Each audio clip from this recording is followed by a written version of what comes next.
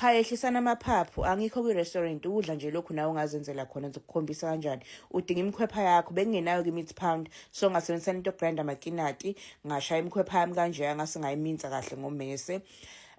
Ama-spices engiwasebenzisile kiwo lawa yes ngi-ede ne-spices steak and chops angithi nawe uyakwazi uku-eda i-barbecue stock uma upheka i-chicken kodwa sisho lutho ebese-ke uyamixa kahle i-chicken yakho uma usuwafakile ama-spices ayo.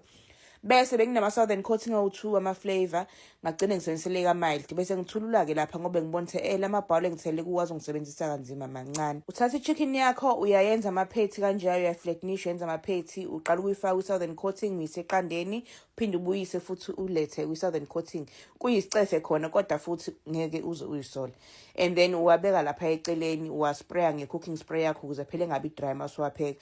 Ngiwapheke for 20 minutes 10 minutes each side ku-200 degrees nankaya ase-right.